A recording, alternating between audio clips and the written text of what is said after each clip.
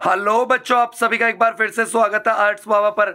बच्चों आज हम लोग अपने न्यू चैप्टर की शुरुआत कर रहे हैं। इसमें हम चैप्टर नंबर 2 पढ़ेंगे बच्चों, जिसका नाम है सत्ता के नए केंद्र। बच्चों यहाँ पे जो चैप्टर नंबर 3 लिखा है, अब ये चैप्टर नंबर 3 नहीं रहा है, अब ये चैप्टर नंबर 2 बन गया आपका, क्योंकि हमारा जो चैप्टर नंबर 1 है वो डिलीट हो गया सिलेबस से। तो चैप्टर नंबर 1 डिलीट हो गया, तो चैप्टर नंबर 2 को हम 1 कहते हैं और 3 को हम 2 कहते हैं। ठीक है बच्चों, तो चैप्टर नंबर 2 है जिसका नाम क्या है, सत्ता के नए केंद्र।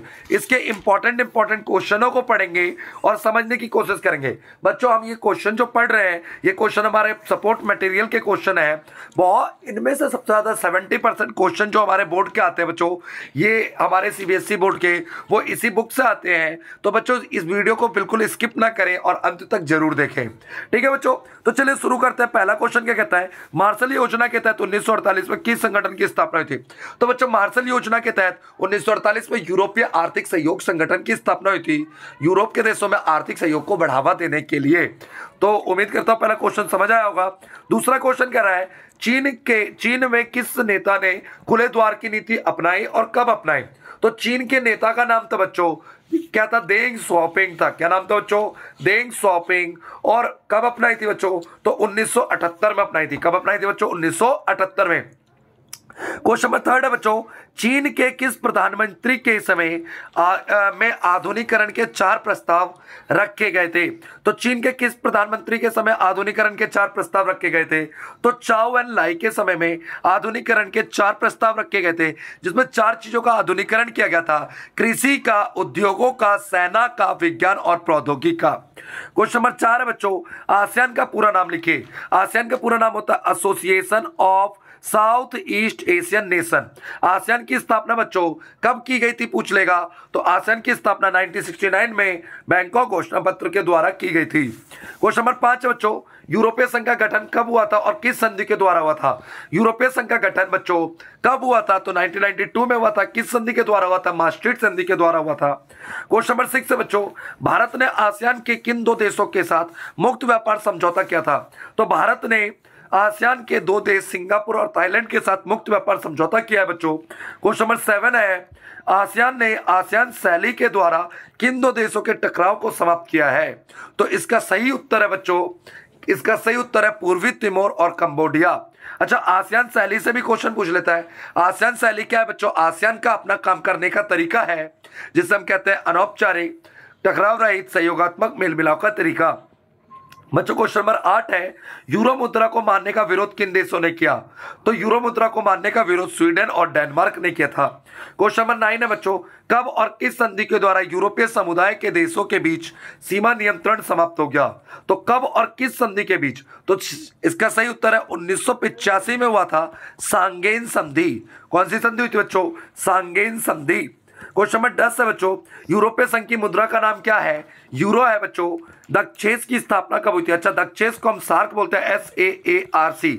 सार्क का फुल फॉर्म होता है बच्चों south Asia association for regional corporation. इसकी स्थापना हुई थी 1985 में। कब हुई थी बच्चों? 1985 में। नेक्स्ट क्वेश्चन है क्वेश्चन नंबर 12, माओ के नेतृत्व में चीन में हुई क्रांति के बाद अपनाया गया आर्थिक मॉडल किस देश पर आधारित था?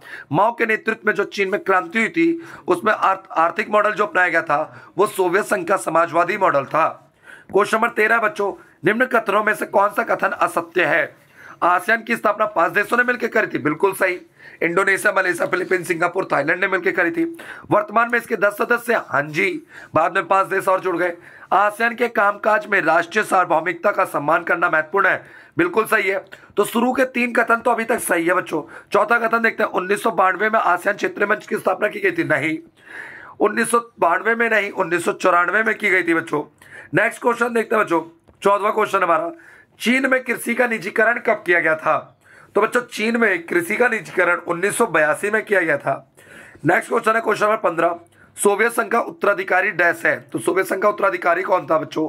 रूस था। सोवियत संघ का विघटन कब हुआ था? 25 दिसंबर 1991 को हुआ था। पिछली वीडियो में मैंने बता दिया आपको। क्वेश्चन नंबर 16 है बच्चों, आसियान के 2 संस्थापक सदस्य देशों के नाम लिखिए। आसियान के 2 संस्थापक देश है इंडोनेशिया और मलेशिया। 5 देशों ने मिलकर इसकी स्थापना की थी। क्वेश्चन नंबर 17 बच्चों, ब्रिक्स का 11वां सम्मेलन 2019 में डैश देश में हुआ था? तो बच्चों इसका सही उत्तर है ब्राजील। अब बच्चों हमारे 1 नंबर वाले 17 क्वेश्चन हो चुके हैं। अब हम 2 अंक वाले क्वेश्चंस को देखेंगे। क्षेत्रीय संगठन, पहला क्वेश्चन हमारा, क्षेत्रीय संगठन का अर्थ बताइए। क्षेत्रीय संगठन वे संगठन तो है जो किसी खास क्षेत्र के विकास के लिए कार्य करते हैं। इनमें सदस्य देशों की संख्या कम होती है। ये उन्हीं देशों के लिए काम करते हैं जो देश में शामिल होते हैं। क्वेश्चन नंबर 2 है बच्चों, सत्ता के नए केंद्र से क्या अभिप्राय है। बच्चों सोवियत संघ के विभाजन के बाद, सोवियत संघ के विघटन के बाद दुनिया में इकलौती शक्ति अमेरिका बच गई थी। अमेरिका का वर्चस्व चल रहा था। कुछ देशों के संगठनों का उदय हुआ जिन्हें हम सत्ता के नए केंद्र बोलते हैं। इनमें ईयू है, आसियान है बच्चों, सार्क है और कुछ देशों के नाम भी आते हैं। अगला क्वेश्चन देखते हैं, क्वेश्चन नंबर 3, मार्शल योजना क्या है। दूसरे विश्व युद्ध के बाद यूरोप की अर्थव्यवस्था को पुनर्गठन करने के लिए अमेरिका द्वारा दी गई जबरदस्त आर्थिक मदद को ही मार्शल योजना कहते हैं। मार्शल जो है बच्चों अमेरिका के विदेश मंत्री जी का नाम है। क्वेश्चन नंबर 4 है बच्चों, आसियान के किन्हीं 2 संस्थापक देशों के नाम बताइए। तो बच्चों आसियान की स्थापना 5 देशों ने मिलकर करी थी। मैं जल्दी से बता देता हूं, Indonesia, Malaysia, Philippines, Singapore, Thailand. आपको जो नाम अच्छे लगे इनमें से 2 आप लिख दीजिएगा, अपने आंसर में लिख दीजिएगा, लख नहीं लिख दीजिएगा। क्वेश्चन नंबर 5 है, 1970 के दशक में चीन ने कौन सी 2 नीतिगत बदलाव किए। तो देखिए बच्चों 1972 में अमेरिका के साथ आर्थिक और राजनीतिक संबंध बनाए। बोले तो बच्चों अमेरिका के साथ एकांतवास को खत्म किया। 1978 में खुले द्वार की नीति अपनाई देंग स्वापिंग के नेतृत्व में। क्वेश्चन नंबर 6 है बच्चों, 1973 में चीन के प्रधानमंत्री चौ एन लाई ने किन 4 क्षेत्रों का आधुनिकीकरण किया था। तो बच्चों कृषि का, उद्योगों का, सेना का, विज्ञान और प्रौद्योगिकी का। क्वेश्चन नंबर 7 है बच्चों, चीन द्वारा अपनाई गई खुले द्वार की नीति क्या थी। तो खुले द्वार की नीति थी विदेशी निवेश को चीन में आने की स्वतंत्रता देना, विदेशी कंपनी को भारत कह रहा हूं चीन में आने के लिए थोड़ा रियायत करना। बच्चों तिथि के हिसाब से सबको क्रम से लगाना है। WTO का चीन मेंबर कब बना था बच्चों, सबको पता होना चाहिए, 2001 में बना था। ठीक है, उसके बाद आपको पता होना चाहिए बच्चों कि चीन में खेती का निजीकरण कब हुआ था, 1982 में हुआ था, 1982 में हुआ था। फिर बच्चों खुले द्वार की नीति अपनाई गई थी 1978 में। फिर राजनीतिक और आर्थिक एकांतवास को खत्म किया था बच्चों 1972 में। जो जब हुआ उसको लाइन से लगा दो, सबसे पहले ये हुआ तो 1 नंबर पे ये आ जाएगा, दूसरे पे ये आ जाएगा, तीसरे पे ये आ जाएगा, चौथे पे ये हो जाएगा। ठीक है बच्चों, मैचिंग करनी है। क्वेश्चन नंबर 9 है, मैचिंग है हमारा। यूरोपीय आर्थिक सहयोग संगठन की स्थापना सॉरी ये गलत बता दिया। यूरोपीय आर्थिक सहयोग संगठन की स्थापना मार्शल योजना के तहत सही बताया था। बैंकॉक घोषणा पत्र के द्वारा किसकी स्थापना हुई थी, आसियान की 1969 में। मुद्रा यूरो को मानने का इनकार किया था डेनमार्क और स्वीडन ने। संयुक्त राष्ट्र संघ की सुरक्षा परिषद के स्थायी सदस्य कौन है बच्चों, फ्रांस है। दक्षेस का उद्देश्य का वर्णन कीजिए। दक्षेस का उद्देश्य क्या है बच्चों, सार्क का उद्देश्य है दक्षिण एशिया के देशों के लोगों का जीवन स्तर को बढ़ाना और दक्षिण एशिया के आर्थिक और राजनीतिक क्या करना, विकास पे बल देना। बच्चों ये 4 नंबर के इंपॉर्टेंट क्वेश्चन है, इनको आप पढ़ सकते हैं। ठीक है, आगे देखते हैं बच्चों, ये मैप का क्वेश्चन है, इंपॉर्टेंट क्वेश्चन है बच्चों मैप का भी। ठीक है, इसको देख लेते हैं जल्दी से। यूरोपीय संघ का एक पुराना सदस्य देश, तो इसका आंसर सही है सी, आयरलैंड। यूरोपीय संघ का एक नया सदस्य देश, इसका आंसर है ए, पोलैंड। यूरोपीय संघ का वह देश जो सुरक्षा परिषद का स्थायी सदस्य है बच्चों, इसका सही आंसर है बी, फ्रांस। वह देश जो 2016 में यूरोपीय संघ से अलग हो गया बच्चों, इसका आंसर है डी।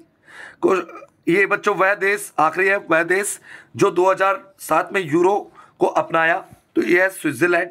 उम्मीद करता हूं ये मैप आपको समझ आया होगा बच्चों। अच्छा, ये एक डायग्राम से क्वेश्चन है बच्चों।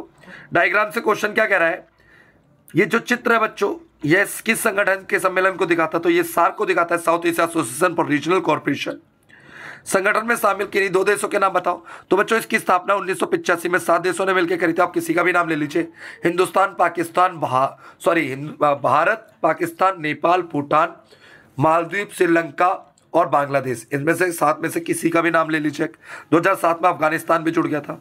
कार्टून में तो 2 कुर्सियां ये इनकी औरों से अलग स्थिति क्यों दिखाई गई है, दक्षिण एशिया में इनके मुद्दे अलग हैं और ये दक्षिण एशिया के विशिष्ट देश हैं, ताकतवर देश हैं दक्षिण एशिया के मामले में। वैसे पाकिस्तान कोई ताकतवर नहीं है, उसको तो हमारे सरकारी स्कूल के लड़के उड़ा देंगे। ठीक है, आगे देखिए बच्चों क्वेश्चन है, हाँ इसे भावना मत लेना, मजाक कर रहा हूँ, कॉमेडी कर रहा हूँ, हाँ कभी जाओ। देखिए बच्चों एक चित्र है, यहाँ पे डायग्राम है। कार्टून में साइकिल बाबू का प्रतीक क्या दर्शाता है, साइकिल का जो प्रतीक है ये क्या दर्शाता है, ये दर्शाता है आपको चीन की अर्थव्यवस्था को दिखाता है। प्रस्तुत कार्टून में चीन की क्या क्या नीति दिखाई गई है? ये पूंजीवाद समाजवाद दोनों को मिला के चलाता है। चीन में आर्थिक विकास हेतु क्या किया गया? तो आपको पता ही है, कुछ रिफॉर्म करे गए थे। मैंने वीडियो की शुरुआत में बता दिया, आप कमेंट करके तीसरे का आंसर मुझे बता सकते हैं। Thank you for watching our YouTube channel. अगर वीडियो अच्छी लगे तो आप सब्सक्राइब करें हमारे चैनल को और अपने फ्रेंड्स के साथ शेयर करें। अगर खराब लगती है, कुछ चीज़ें गलत लगती हैं, दिक्कत समस्या आती है, तो आप हमें कमेंट करके बता सकते हैं। Thank you for watching.